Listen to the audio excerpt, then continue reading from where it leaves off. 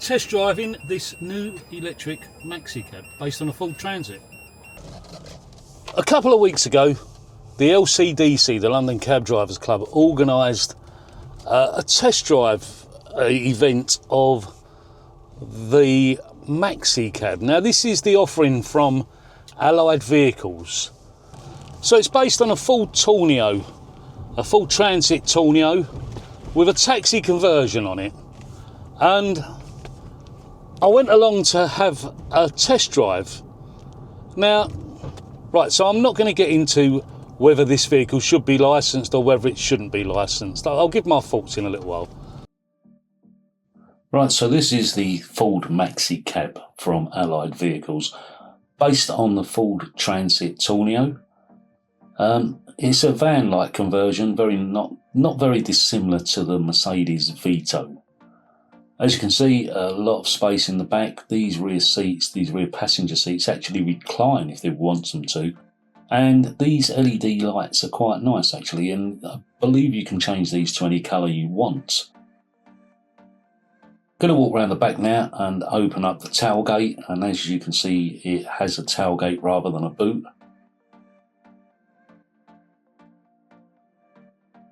And in the rear section behind the passenger seats you can see there are the wheelchair ramps, which are quite large to be honest.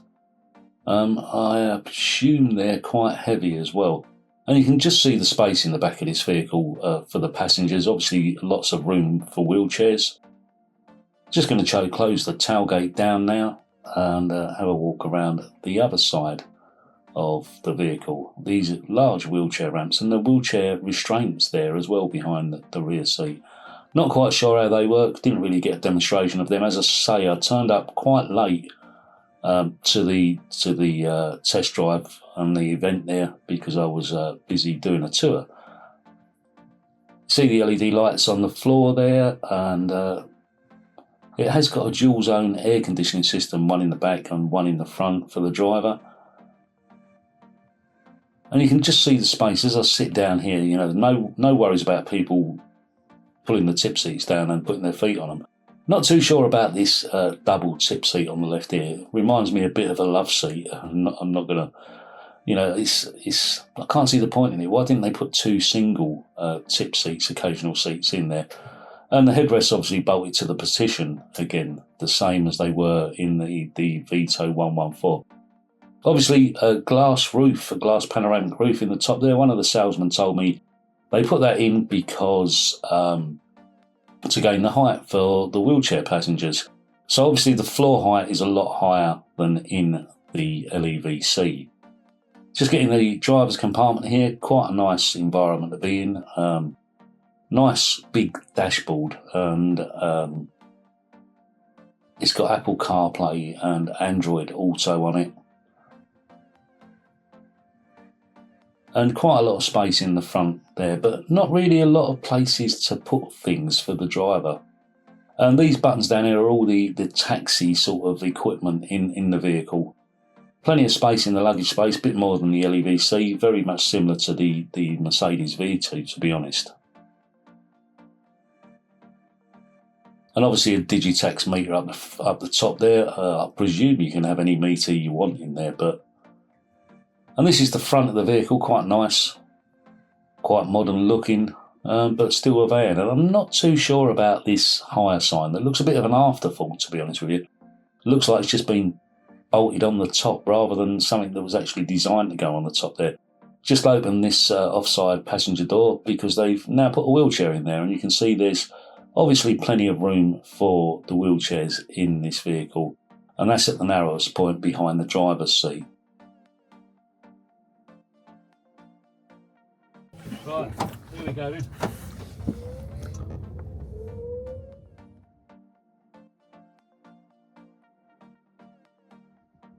So here we go on the test drive of the Transit from Allied Vehicles, the Maxi cab.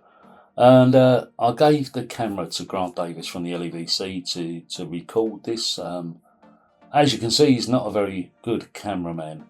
The vehicle's very responsive, I've got to say, very responsive on the pedal. The steering was nice and light.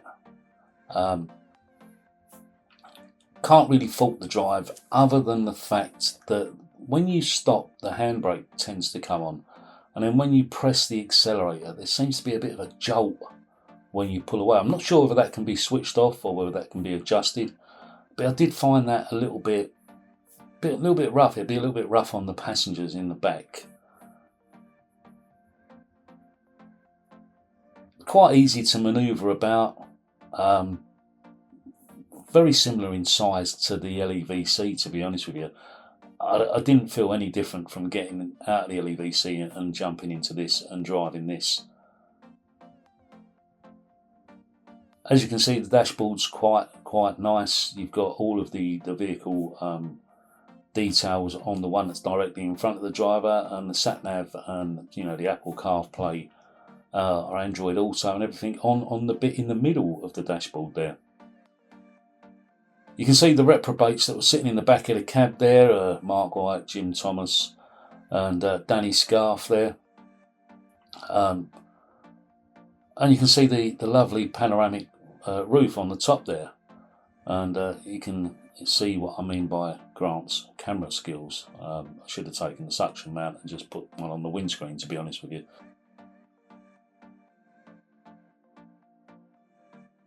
But as I say, the vehicle's really nice to drive. Very similar to driving the LEVC. This is the purely electric one that I test drove here. And one of the things they did say was that it's only going to be available in electric.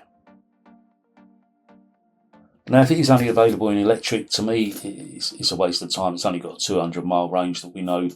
In the winter, that's going to drop down to about 100 miles if you're using the heater and windscreen wipers and headlights and things like that. Having the 5 passengers sitting in the back didn't really make a difference on the vehicle, to be honest with you. I didn't really notice that it felt heavy or anything like that. And it was quite manoeuvrable. Obviously, it hasn't got the 25-foot turning circle, so I couldn't compare that to the LEVC really. And the traffic was quite heavy where we was doing the test drive in, and didn't really get a chance anywhere to try to do a 3-point turn in it, which in hindsight maybe I should have tried that just to see how it compares to the LEVC. But a nice vehicle to drive, to be honest. But if it's not going to have the rear wheel steer on it, I'm not sure whether TfL will actually entertain the vehicle. The vehicle that Allied Vehicles are proposing to present to Transport for London for approval for use in London doesn't comply with the turning circle requirements of the Metropolitan Conditions of Fitness. And also, the only vehicle they are going to be presenting to Transport for London is the fully electric one, which, I've got to be honest, in my opinion, is a total waste of time, especially for somebody like me, because I live outside of London, and it's supposed to have a range of 200 miles in ideal conditions. But we all know that there never is ideal conditions, and that 200-mile range will soon diminish, especially during the winter when you're using the heater, lights, windscreen wipers, and so on. So we all know that the mileage drops down significantly during the winter, so it would be likely that I would be able to drive into London, turn around and drive back home again. So it'd be totally useless to me. And they said, what about on-street charging? And I said, well, on-street charging is too expensive. So, personally, I don't think the fully electric version is an option until we start reaching mileages in winter time of around 300 miles. Otherwise, it's a waste of time for a taxi driver. And if you're going to go and do tours down to places like Bath or Stonehenge, where there is no charging facilities, waste of time, absolute waste of time for me. So it'd have to be a totally different offering for me to even consider it. So the first glance of it is it resembles a van. It's a van conversion, and it's not dissimilar to the Mercedes Vito taxi that we had on the roads until 2017. Well, we've still got some on the road now, but you know, that were offered for sale until 2017. Obviously 2018, our mayor decided that we would have to be zero emissions capable, and the Mercedes Vito didn't comply with that regulation. So it was no longer available for drivers to purchase, the same as the TX4. We were only left with the TXE, the LEVC TXE electric taxi. Now, whatever you think, whether you like the LEVC or whether you don't like the LEVC, personally, I was very sceptical, but I ended up buying one. And I've got to say, it's a breath of fresh air. After driving diesel vehicles for so many years, driving this is really nice. And I'm not a great advocate of electric vehicles, as many of you already know.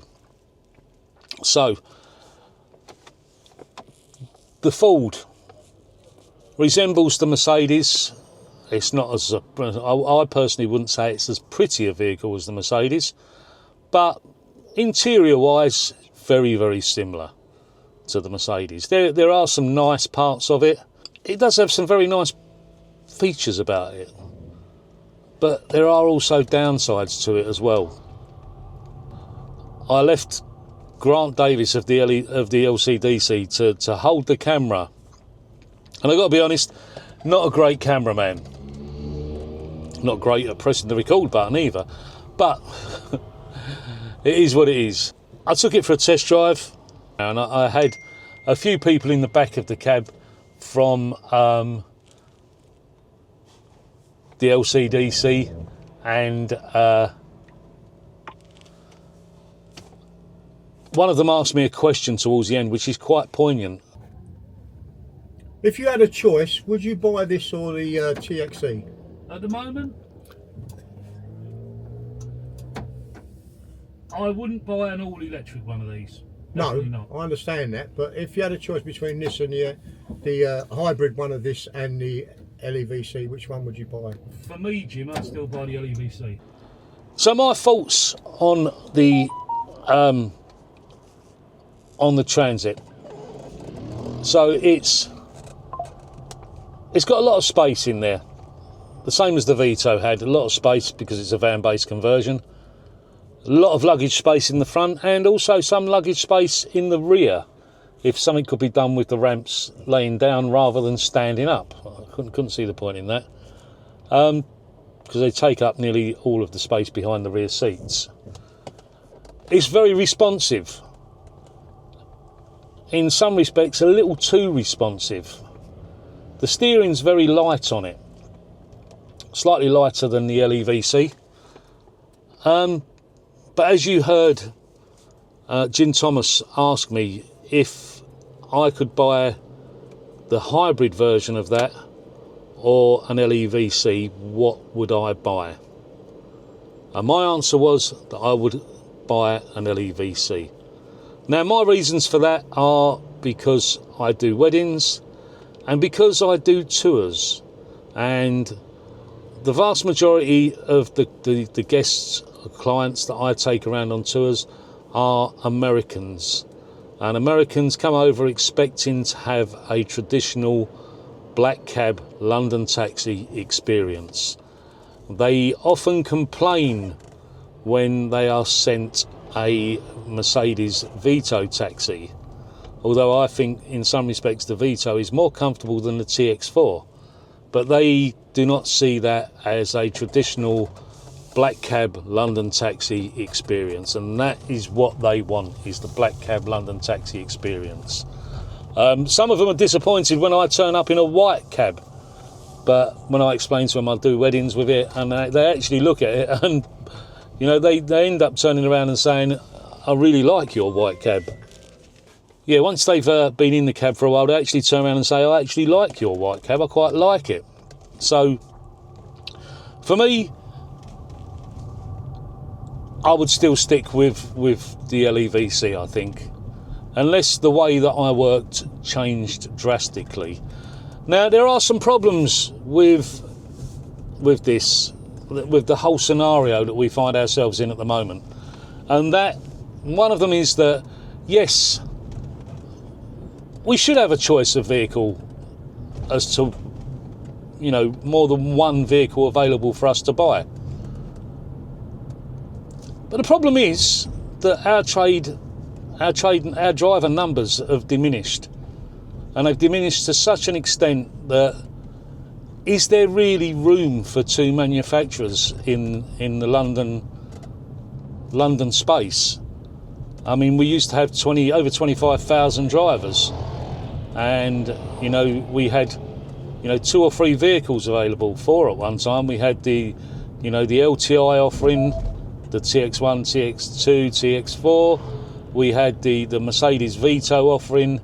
If you go back a little bit further, we had the Asquiths on the road, and we had the Metro cab on the road as well.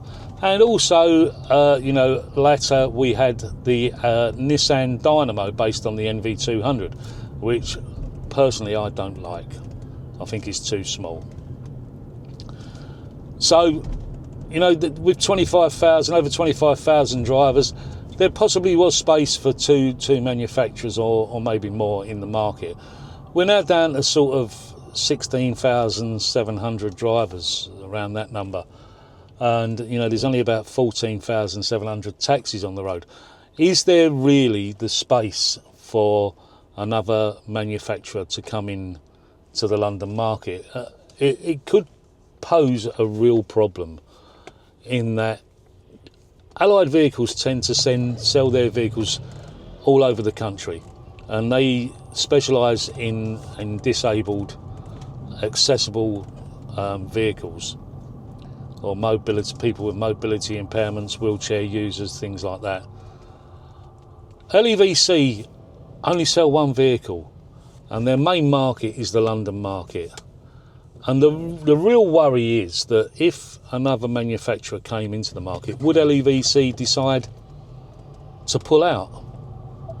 Which would only then leave us with a van-based conversion. And that, if that did happen, that would pose a real problem for the London taxi trade. I don't think LEVC would be too concerned if the Allied Vehicle Transit Tourneo was offered with a 25-foot turning circle. But at the end of the day, it wouldn't be a level playing field. And we've always gone on about having level playing fields and being fair. And is it really fair that a competitor comes into the market with a vehicle that doesn't fully comply to the conditions of fitness? I'm not sure. But if the Allied Vehicles vehicle came in without a turning circle and Transport for London were to allow it, does that then open the door for any vehicle to be licensed in London? You know, drivers are saying we would lose our identity. To some extent I disagree with that, because we've had Vitos in the past, we've had Asquiths, we've had Nissan Dynamos and everything else. And I don't think, you know, the icon is the vehicle. I think the icon is the whole package. It's the driver that's done the knowledge of London and is competent to find his way around London, and is a professional driver and has spent, you know, between 2 and 4 years learning his trade, his craft. And, you know, it drives a vehicle with a taxi sign on the top. So is it the taxi sign and the driver that the icon?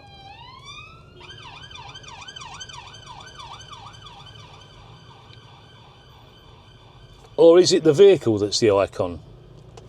You know,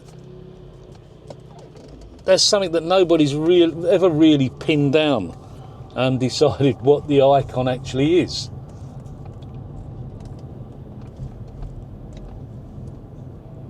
So, should this vehicle be allowed to come into London? There's drivers that are going to say, yeah, we need a choice.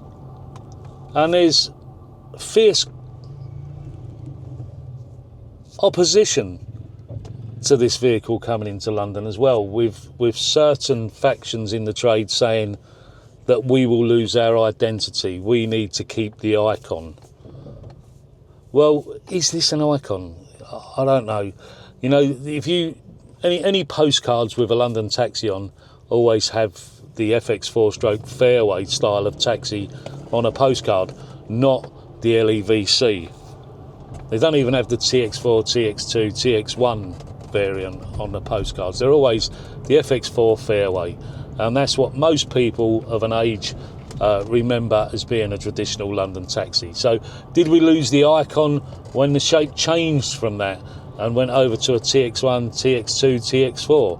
Did we lose the icon when the Vito came into the market?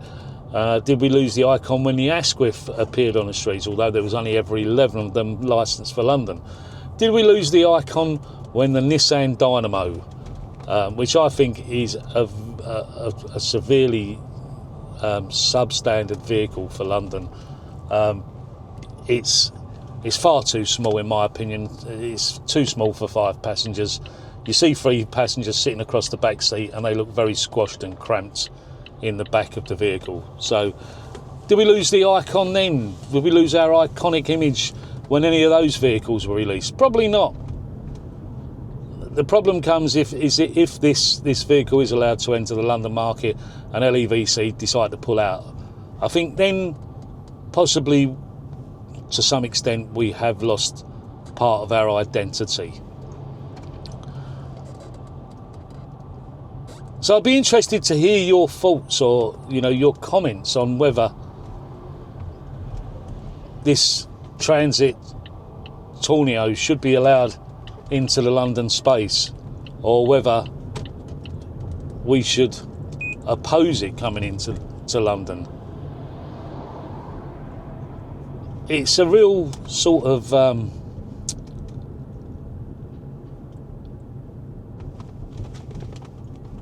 it's a bit of a quandary to a certain extent, if that's the right word.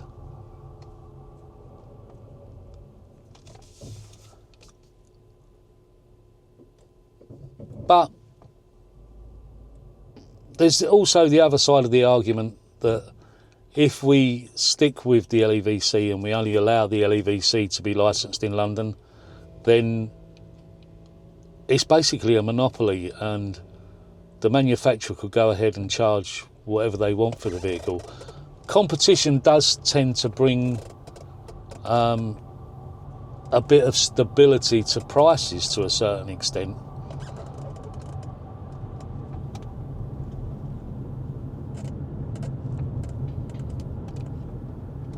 But the other thing is, you know,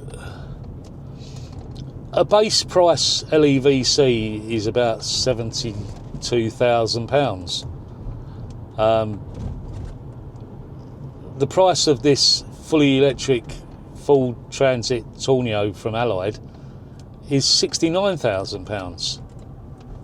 And there are some in the trade that says, do we want to sell ourselves out for a couple of £1,000s?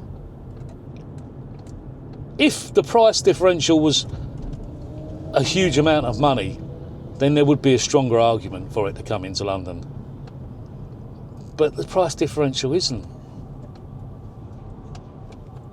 The strange thing is that the self-charging or the plug-in hybrid is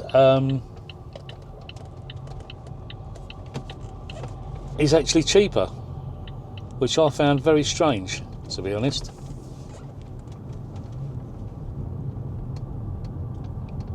So I don't know which way the decision should go. Although at the present time, apparently Transport for London are not even really interested in looking at it. So all of this could be immaterial to a certain extent, because if Transport for London don't even look at it, there's no way that it can ever be licensed in London. Which means you've got one choice. Next week, I've got a video coming of the modifications that I have made to my new electric taxi. So if you don't want to miss that one, make sure you subscribe. Hit the button down below, subscribe. Hit that bell notification so you get informed of any new videos coming out from my channel. Thanks for watching, and I'll see you out there on those mean streets of London. And don't forget to be lucky. If you can't be lucky, be healthy and be safe.